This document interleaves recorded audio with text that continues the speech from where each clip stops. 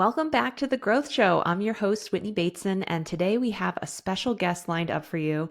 If you are looking to streamline your business operations and pave the way for sustainable growth, you are in the right place. Today, I'm thrilled to welcome Devin Lee, an efficiency-focused inventor, out-of-the-box thinker, and intuitive systems magician. Truly, she is. It's going to be a great conversation. Devin is your high-energy hype woman and grounding thought partner, specializing in refining the complexities of growing businesses into custom systems you can count on.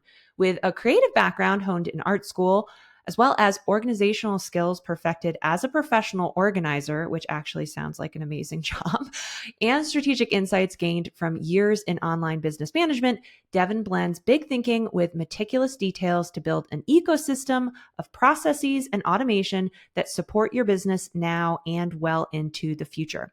In this episode, Devin will demystify the concept of systems, explaining what they are, why they're crucial for your business, and how you can leverage them to accelerate your next phase of growth.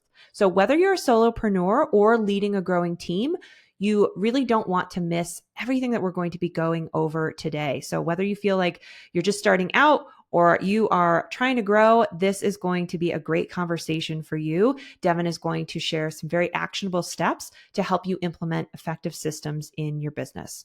All right, let's dive in. Welcome, Devin, to the show. I am so excited to have you here today. Hi, Whitney. Thank you so much for having me. I'm really excited to chat with you. Yes. Oh, today we are talking about systems and how they can pave the way for your next phase of business growth.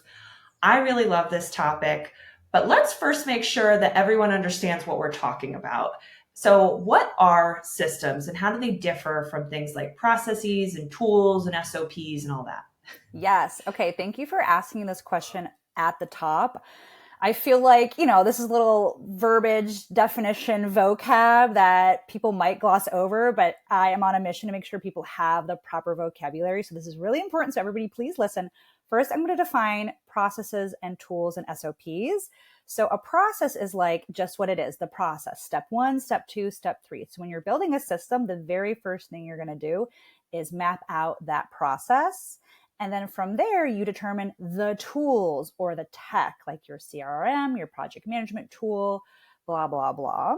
And then after that, there are SOPs, which are standard operating procedures. And that's the documentation. That's how do I do all of these steps? That's kind of like your guide to navigate all of the process steps. A system is all of those things combined. So a system encapsulates this ecosystem, and it's how your business runs. Okay. Thank you very much for defining that because it's kind of like, is a system a process? A process system is, so all of those things, processes, tools, and SOPs are all within that system. So today we get the benefit of talking about systems in general, and we'll be covering all of those little pieces as well along the way. So what steps can someone take to use systems to grow their business? Yeah, you're using systems even if you don't think you are. Your system might be, I'm making it up as I go. Every time I get a new client onboarding, I'm making up a new system and I'm using this random tool and I'm doing this process. Like we have a system. We just don't know. We might not know what it is. And so I would encourage everyone to make intentional systems. So if you are a 101, never thought about systems before, the first step is always to process map.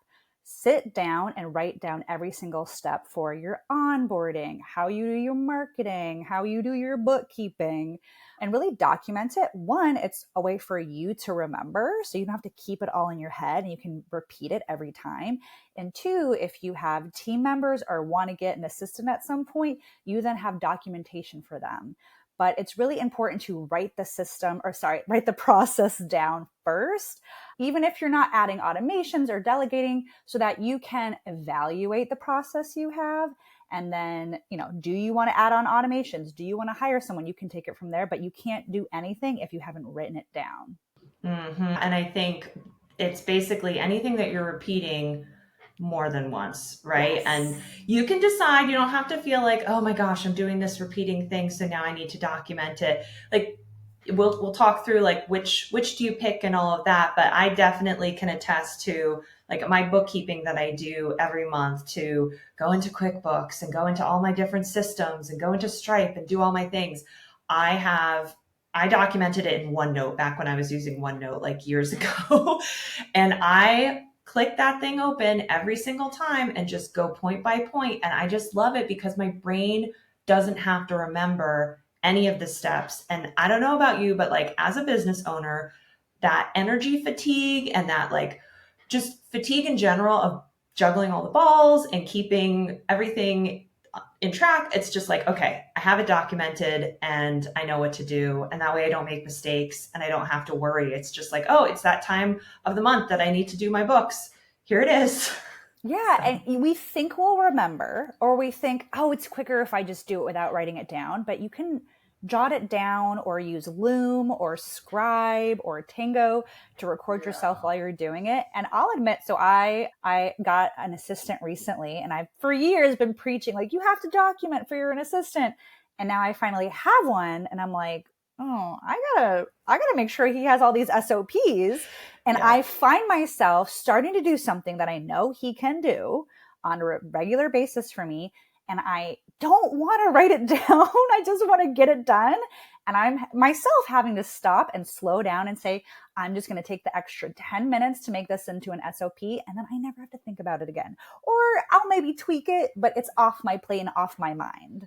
Yep. Yeah, I completely agree. Like taking those a few additional minutes, that time to do it is just so important. And back to what you said too, even if you're not really planning to get assistants involved in the beginning or whatnot, I know for many of us, we kind of feel like, oh, this is too complicated for me to teach someone, or I don't know that I would trust someone. Like I still do my books myself, but I feel like that's something that people do, go and outsource, but it doesn't mean just that you're documenting it, that you have to give it to someone else. It's just documenting it, even for yourself, but it does open that opportunity.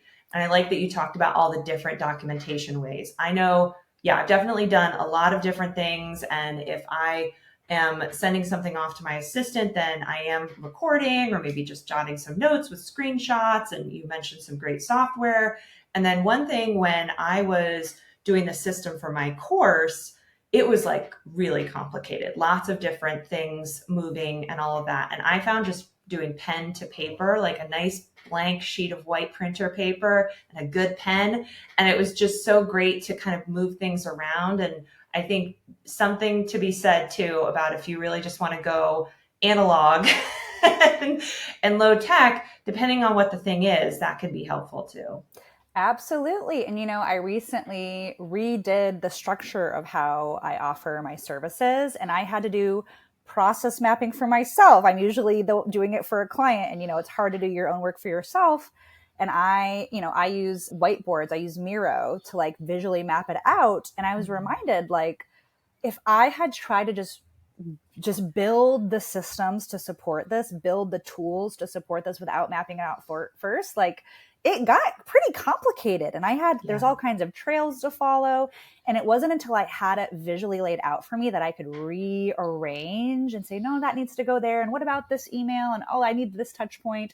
It's really hard to have a full grasp if you can't just see it in front of you. Mm-hmm. Yeah. Yeah. And I think be open to the fact that, like, because everyone thinks in different ways. And like, if you've never done process documentation before, it's like, where do I even start? Just start step one, step two. You might realize that, oh, there's actually a step in between those things, Yes. But that's why you're just starting from somewhere and writing down, like, if you are onboarding a new client, what's the first thing that you would do? And then what's the second thing you would do? And the third, oh, and then there's this other thing.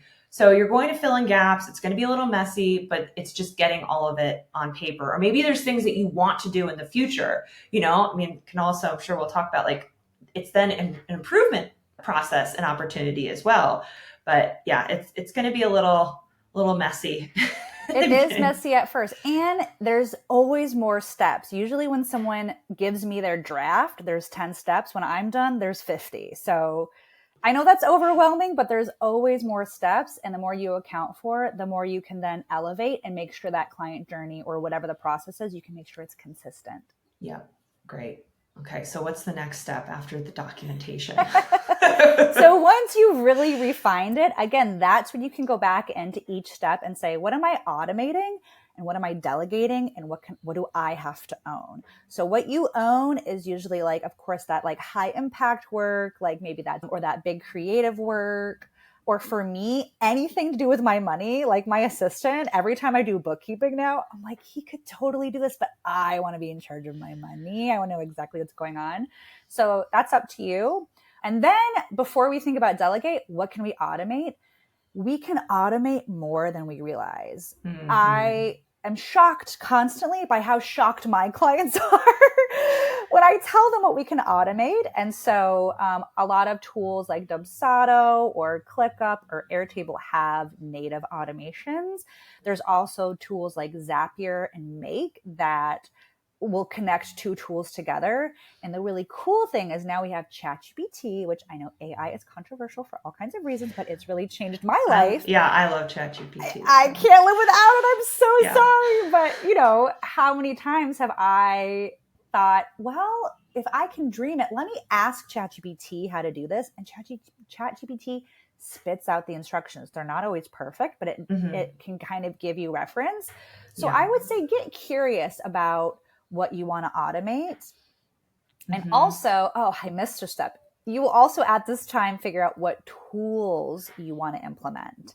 So that piece kind of goes with the automations, kind of goes hand in hand because certain tools automate more than others. But once you have a process mapped out and you have the things you're looking for, no tool is going to be perfect. No tool is going to have it all, but you can kind of have your deal breakers and you can research tools from there and then start to build a tech stack that way. Yeah, I love that because I get the question often from our students, what course platform should I use? And I feel that this is a prime example of where documenting first your requirements or your process and all the things that you want something to do or that you need the ideal situation to be, then that really helps you evaluate the different software and tools out there. And I completely agree. No tool is going to be perfect. And a lot of the tools nowadays will say that they can do all the things. They never do. It's a lie. Don't do it. They really don't do them well. And so it's really, and I think it's getting guidance from other people who have been in the shoes, like someone like yourself or myself, where we used Kajabi and we were going to use it for payments and we were going to use it for sending emails to our students, and then realized it really didn't allow us to be nimble with affiliate stuff. And it didn't really do what we wanted from an email marketing, just email even to our clients and customers. So we said, no, we're going to take those and put them in a different system. So I think it's just kind of, you're going to maybe try something and then try something else or whatever, but knowing what you need and having that ideal scenario makes it so much easier than just blindly opening up the sales page for Thinkific and being like, I don't know if it's going to do what I want because I don't know what I want. So yes. And you really touched on something. I think a lot of people get kind of shiny object syndrome where they hear, oh my gosh, Kajabi's the hot thing or ClickUp's the hot thing. And then they sign up for these platforms and these tools that are sometimes really expensive. And then now you're trying to fit your business into what that tool offers instead of the other way around. Yeah. So it's definitely you come first with what you want. Always. And then you hire them based on you put a job description together and then you hire the best tech for the job, not going off of what they do. Oh, that's a perfect metaphor. I'm going to steal that for later. I love it. Which transitions into once you have automations, whatever's left over becomes a job description for an assistant or a contractor. You're like, for, whatever you need them to build, that then answers that final question of how do I implement this system? And how do I, because the whole point a little bit that we'll kind of get into is that having these systems allows you to scale and have more work and all of that. And if you are a course creator or run a program or you're doing one-to-one services, probably that at some point you're going to hit a limit. Maybe you're there now and feeling like I don't know how I could possibly take on more work, but I'm not making the kind of money that I want yet. So it's feeling very stuck. And really the answer is the systems. It really is. And you know what, Whitney? I'm on such a passionate mission to make systems, like so many people don't really understand what systems are, but I'm on a mission to make them as important as getting a website, getting a branding, having a social media presence. Like you can only go so far without systems, or sometimes I'll, get a client or have a sales call with someone who they've been in business for over 10 years and they have a team and they don't have systems in place. And it is a mess. It is so stressful. And I'm sorry, like if you're going to have a super busy, confusing, complicated work life, like you might as well go back to corporate and get the health benefits. Right. But if you are, most of us started our own business because we wanted autonomy and some form of control and some form of joy in what we do. And I just don't know how you can be joyful if you're scrambling to do all this random admin work all the time. Mm-hmm. Yeah, absolutely. And I remember back when I was wanting to scale my business and I was doing all the website work myself. And I was like looking at the numbers and I'm like, I can't physically do more than 2 websites at a time and I'm charging X. How can I ever make enough money? And I think it goes the same if you're doing one-on-one counseling sessions. You only have so many hours in a week to see people. That you need to spend time doing other admin stuff too, and marketing and sales and all of that. So something's got to give somewhere. And I think the other thing that's great about systems is that they're benefit to you, but they're also a benefit to everyone that they interact with. Your customers are going to benefit from a better system. Your team members are going to benefit from a better system. Everyone wins. 100%. It's such a no-duh for me to like get giddy about systems because it's a win-win-win. You are having a better time. Your client is having a better time. Your team doesn't hate you. Like everything is better when proper systems are in place. Mm-hmm. Yeah. And I'm sure you can give examples. I'll keep giving examples too of just like things that in my business, like going back to QuickBooks, and my payments coming from one place and QuickBooks, doing that thing. And so I was having to manually enter things into QuickBooks. And I thought I literally had this thought of, okay, I need to hire a bookkeeper finally. Like it's time because we have maintenance clients and over 100 maintenance clients, that's 100 transactions a month. That's not scalable. And I didn't like spending time doing that, manually entering.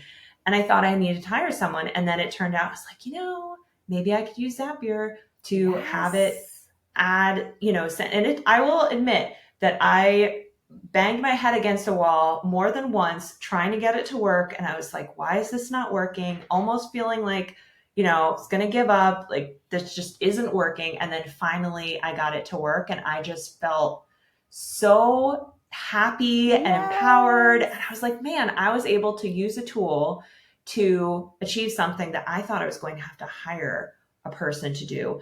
And it was just busy work. Like that's not these days, because there is so many tools out there and with AI and all of that, I think it's in our best interest to be leveraging the tools as much as possible and really spending the time and money on the high value work that only a human can do, because there's still plenty of stuff out there that only humans can do. Absolutely. And, I cannot tell you, I see it kind of in 2 directions. Well, there's endless ways in which systems are valuable.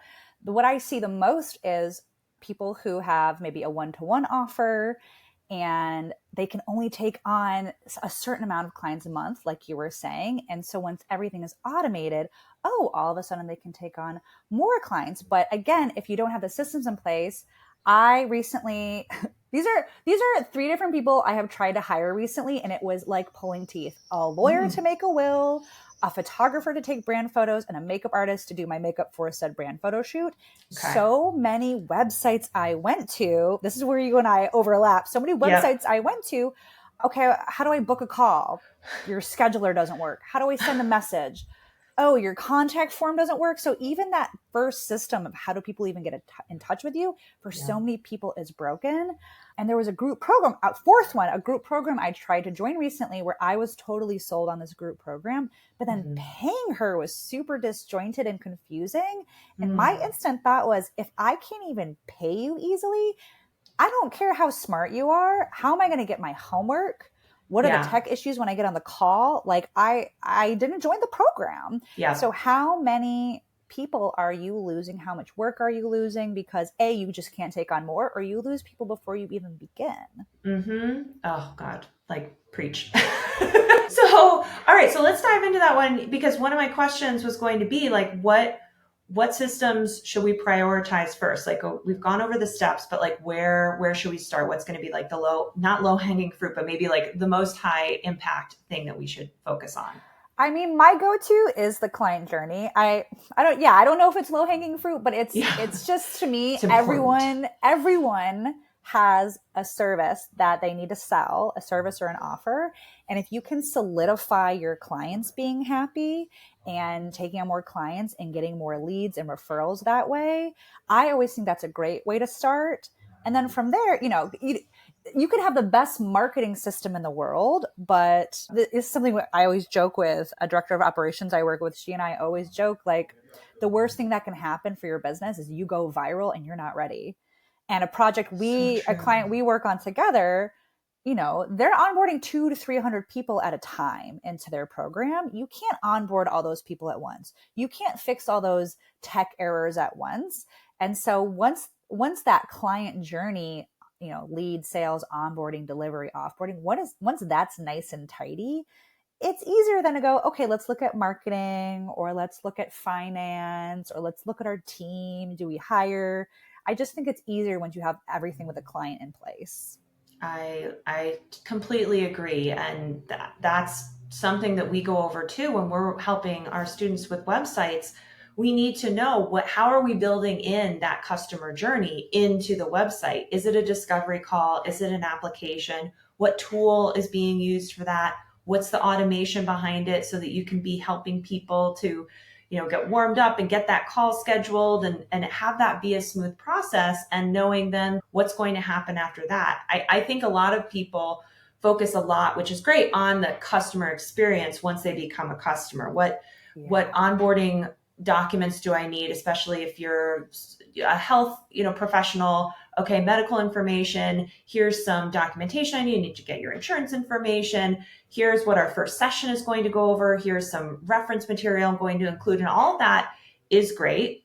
Granted, I would want to know how you have that systematized so that it's automated and all of that. But to your point that you were mentioning earlier, and I've been in that same position, if the sales process of getting an interested lead to become a customer is not a good, smooth, easy, reliable, trustworthy process, then all that work that you did to make the customer experience good, it's really all for naught, because you're just going to be losing people on the front end. The first impression is everything. So if you land on a website and the website looks a little poopy and unprofessional, I'm already not trusting. And then, the photographer, the brand photographer I ended up hiring, the only reason I hired her, I mean, everyone I contacted, I liked their work. So that wasn't the question. The only reason I chose her is because her website was easy to navigate, and it was really easy to just schedule a sales call with her. Yep. Like,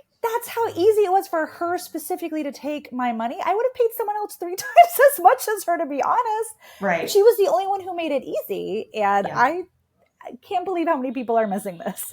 Yeah. And if you're listening and you're like, I don't know how to do that, that is something that we cover in our program. And we've had some past episodes talking about this. And it's one of the key things, because we're driving traffic to the website either from social media or from Google or referrals and word of mouth and all of that. That website is that point of conversion for people. 9 times out of 10, even if you're having a little DM conversation with someone on social media, you're probably going to, what's the next step? You have to send them somewhere. So it's probably a page on your website, and you want to make sure that scheduler is there so that people can get on your calendar. And I think what's really cool too is once you have the systems in place, you can then spend that time to like add the little icing on the cake to make it really special.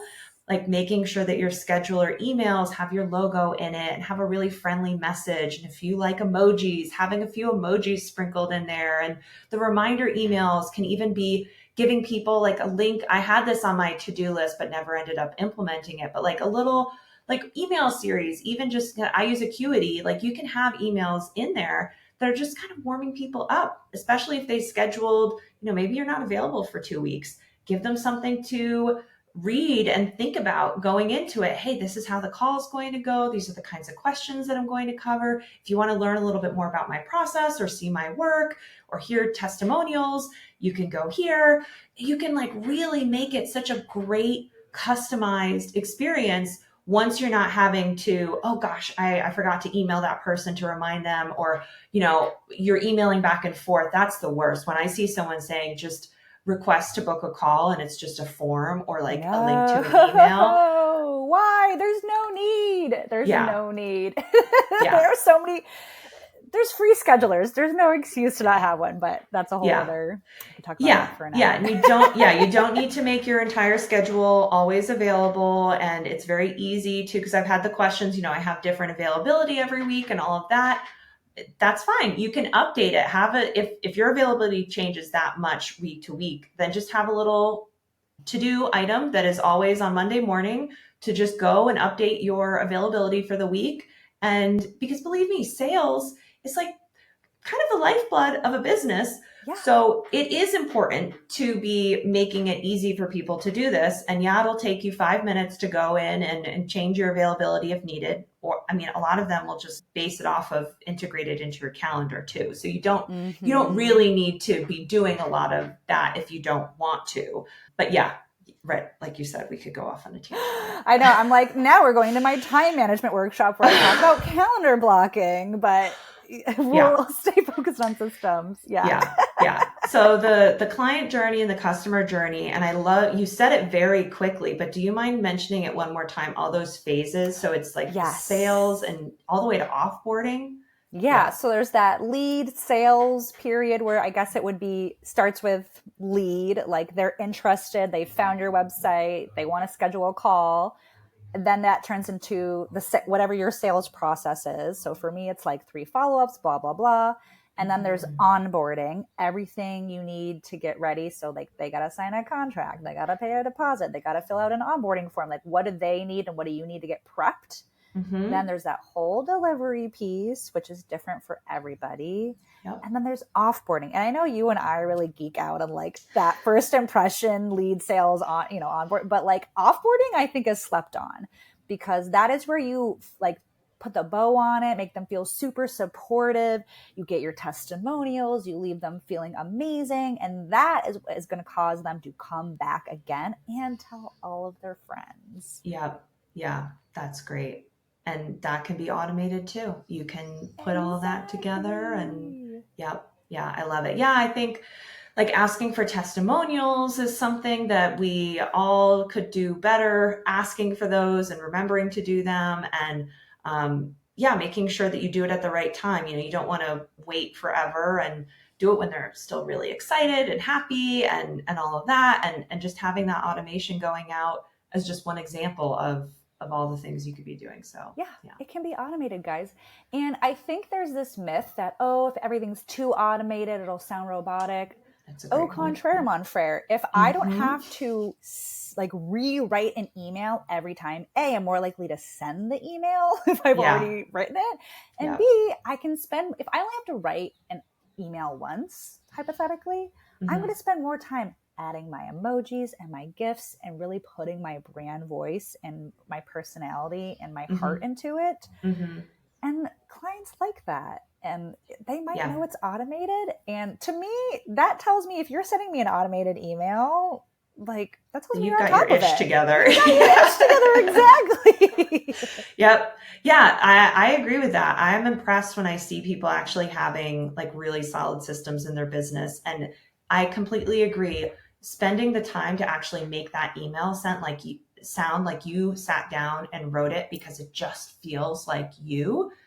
people are still going to respond to it, and they're not even going, it doesn't even matter if they know that it's automated or not, because if they respond, then they're getting you and you're responding and continuing the conversation, but it freed you up to have the bandwidth to open that conversation versus, yeah, if I had on my to-do list after a customer was done working with us, okay, Whitney, now you have to send an email to this person, and no, not going to do it. I can't. Even Whitney, one email from, and there's Yeah. a lot of automated emails. Here's what I have done a lot of podcasts, and sometimes I show up for a podcast. I'm like, I don't remember who this is. I don't know what we're talking about. But you had a system, like you showed up so prepared, because I can tell you have a process back there and automated emails that reminded me like how to prepare. What do I need to know? What are we doing? And I think we also forget our client isn't in our business like we are. Like they do not know what's going on. We have to repeat everything to them a million times because they're busy. They don't know. Yep. You're helping people by, I think because I've been on the other side of, the unprepared podcast, or we've talked about the unprepared business owner that we're trying to hire, but it's just not working. And so it's like, I don't want that for other people. And also, I don't want to be getting a lot of questions from guests coming on of like, do I need to be on camera or not? Like, when are we, blah, blah, blah. When is it? Blah, blah, blah. It's like, I personally don't really love the busy work and the lots of emails that could be answered. Like, even we're hiring for a job right now, and I have an FAQs on the bottom of the job description because I'm like, you know what? Just get it all here. And it just helps everyone be more efficient if we don't need to be repeating information. I know plenty of my listeners and my customers and clients, they have had that where they have people just asking them the same question over and over again. And so how can you serve that information in a way that's going to be useful and feel supportive? Because we also don't want people to feel like, oh, I don't have time to answer your question, or just go here. Like, how can you do it in a way that's going to give them the information when they need it, like in little reminder emails, or, on a form that you're having them fill out, and maybe people have questions about it, then you can give them a little link to the information or something, so that it's all thoughtful. But it takes time to do that, but you have to kind of plan it out first. So, and you know what? Let's peel it back a layer even deeper. If you are finding yourself resistant to systematizing or automating all of these little tasks, maybe you don't consciously feel resistant, but you have all these excuses and reasons why you can't. What I have noticed working with all kinds of different visionaries and high functioning, high achieving business owners is when you are so attached to doing all this busy work, it's probably because you're afraid to grow your business to the next level. I once sat with a business owner that I was an online business manager for.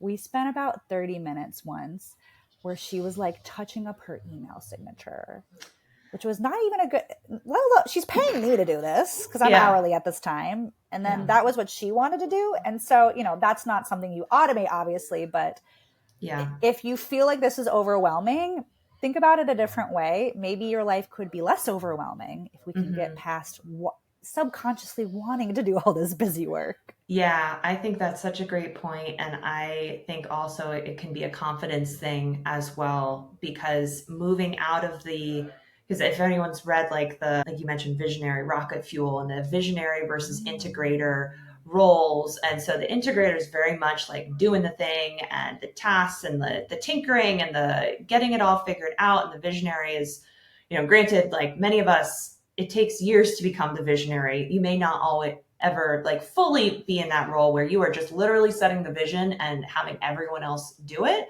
maybe sitting somewhere in between. But I found too that sometimes for me, it can be a bit of a confidence thing, because it's like, okay, well, if I am not sitting here editing this page or writing all of this or doing this, then that means I have to be going out there and being the face of the business and really talking things up, or being on more sales calls and doing these things that are more visibility focused and they're more high value, but they are skills that maybe we are less familiar with and less honed in on. So it can just be a little, tough to kind of free up our time for those other things. Yes. That's the part of being a business owner that's so beautiful is there's that self-growth of like, what am I avoiding by demanding that I send all these emails manually when I don't have to?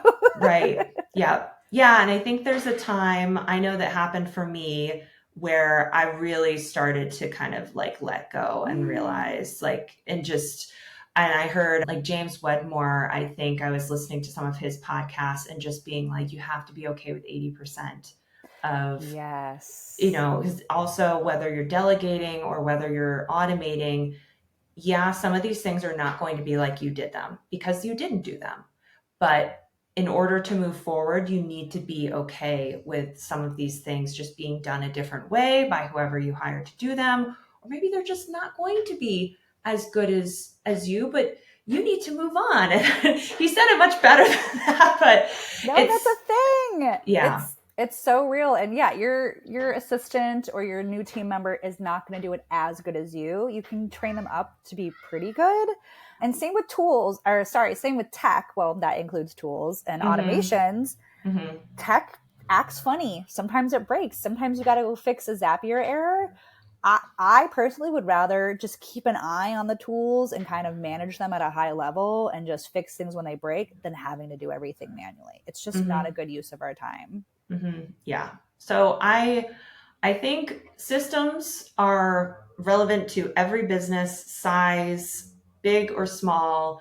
Even if you're just getting started, what we just talked about, that client journey, that is critical for every business owner who is getting started. So if you're thinking, well, I'm not big enough to have systems yet, I don't have enough clients to have systems yet. In truth, the system allows you to grow and allows you to do even better. It's not a like, I need to be bigger in order to start thinking about systems. Right. That's like saying you have to be strong in order to go to the gym. Like you go to the Mm. gym to get strong. Right. Yep. Yep. Exactly. So I have to ask, what was like one of the most challenging systems you've ever had to help someone implement?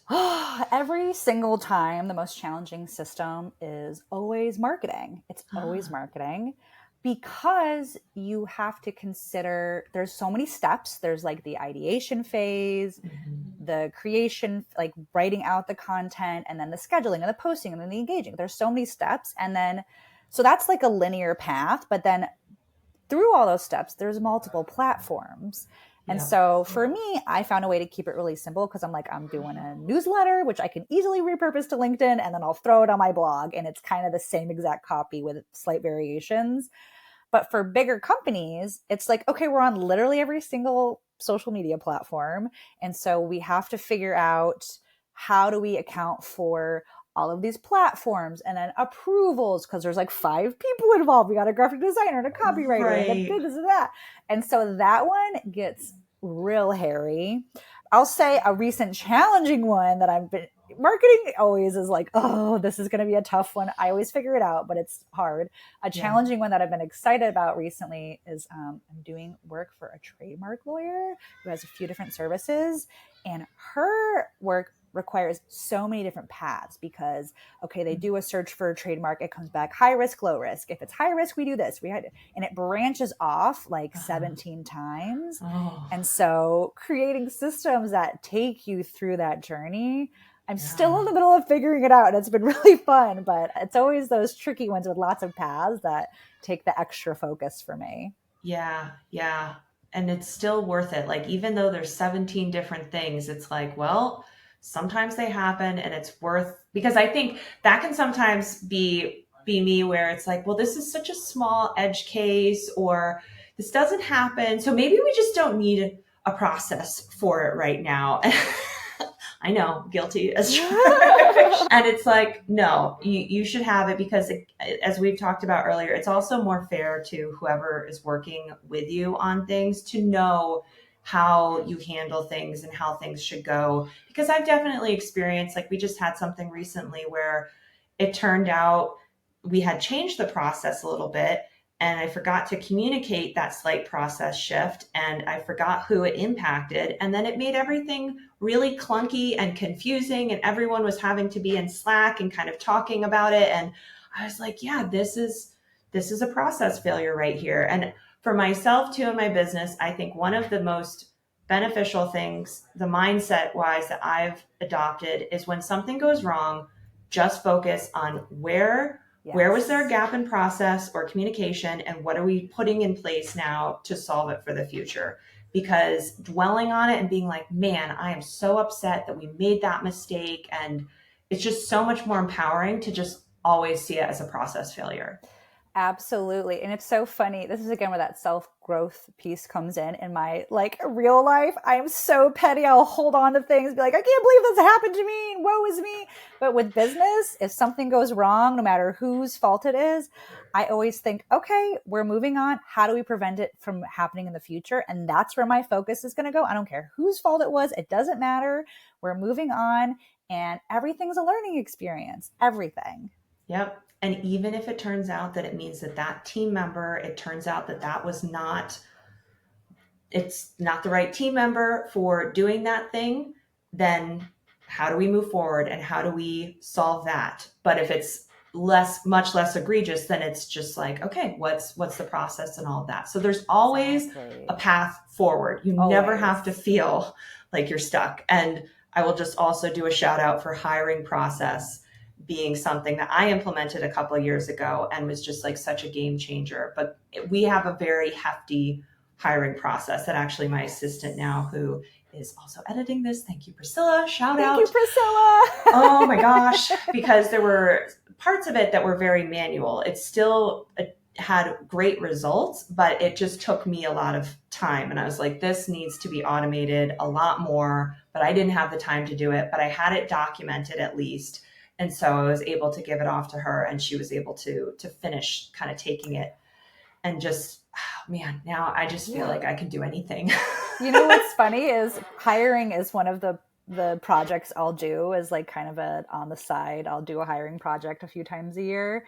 And I notice it's a higher ticket item for me. And I notice it's always easy to sell to someone who has tried hiring on their own before. It's their first time hiring. They're like, yeah, I'll just have people email me their resume. I'm like, oh, you're in for a surprise. If they tried it themselves, they're happy to pay me. Yeah. It can be really tough, or they didn't go through. I mean, when I started, I wouldn't go through a hiring process. I would just kind of be like, oh, whoever I know in my network, or I got this name of this person, and there was no real vetting. It was just kind of like, okay, it sounds like you're cool and we're going to work well together. And sometimes it works and you get lucky. Yeah. But I think the other thing when it comes to process and systems is that the whole point is that you follow a process and you get the same intended result. Yep. And if you don't have a process where you can, okay, I know that the result is going to be this, then you don't know. And so, yeah, sometimes you have people in your network that you can talk to and it's great. And other times it's not. So it's not really a repeatable process. Like, I need to have something where I can put the job posting out into the world and expect to get X number of positions and have it, okay, this is how it's going to go. Yeah. And the worst part about botching the hiring process is when it doesn't work. Yeah. That you then have to come up with a process for firing someone, and that sucks. Yeah. Plus, on top of talk about personal growth, the sunk costs, right, and getting over. I've definitely held on to people too long where it just wasn't a good fit. But I was like, well, I spent all this time training them and hiring, and now I have to, and I don't have a process to go and find a replacement. I think that's the scary thing too, is that you feel very stuck at that point because you don't actually have a process because it's like, I already tried my network on this one and it didn't work. What do I do now? And you hired someone to save you time because you didn't have enough time. Mm-hmm. Now this new person is wasting your time because you're having to manage them and they're not doing well. So now you have to spend time offboarding them, having a difficult firing meeting, and then you have to start all over again. It's not a good use of our time. Just do the hiring process right the first time. Yeah. And I have a podcast episode where I just gave like a high level of what my hiring process was. So if anyone wants to hear it, but yeah, I completely agree. And I will say it is not easy. figuring it out. I actually took a course that taught me a process, and then it took me a while to adapt that course to my specific business and kind of how I want to hire people and all of that. But it has gotten easier in time. And then it just, like I said, I feel like I can do anything. I feel like I can hire anyone and do anything in my business because I'm not beholden to my network or, Yes. I don't know where I'm going to find someone. I don't know how I'll have the time to onboard them, so yeah.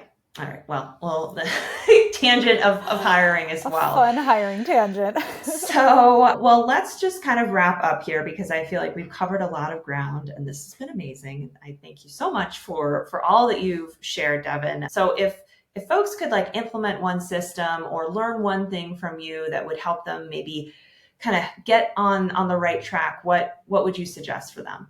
Yeah, well, again, the client journey is my main offer. If you're looking to get yours tuned up, get a whole uplift, come find me. It's an easy place to start.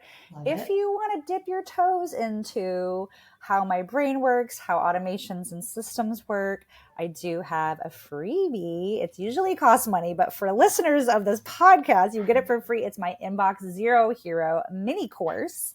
It's 5 days. It's like an hour a day. Every day you get an email with instructions on how to set up automations and systems for your inbox so that you have inbox zero every single day sustainably, not just clear it out once and then it fills back up. It's like, how do you build the habits and the automations and the filtering so that every day you can get to inbox zero, which how much time do we waste on email, right?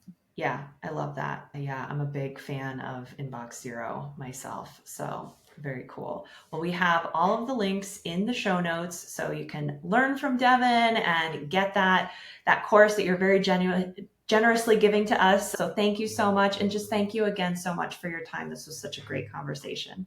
Thank you for having me. It's been amazing. And that wraps up another great episode of The Growth Show. A huge thank you to Devin Lee for sharing her expertise on demystifying systems and showing us how to really harness them for business growth and just going over so many different ways that systems can work in our business. Hopefully you got some ideas and inspiration from this episode. And if you found it helpful, be sure to check out Devin's freebie, the Inbox Zero Hero. It's a fantastic resource to help you streamline your communication processes and time management so you can achieve that inbox zero that we all love and strive for, I think. And remember to stay connected with Devin through her LinkedIn and her website for more tips and resources. All the links are in the show notes. And thank you so much for tuning in. If you enjoyed this episode, please subscribe, leave a review, and share it with fellow entrepreneurs who could benefit from mastering their business systems. Until next time, thanks so much for listening.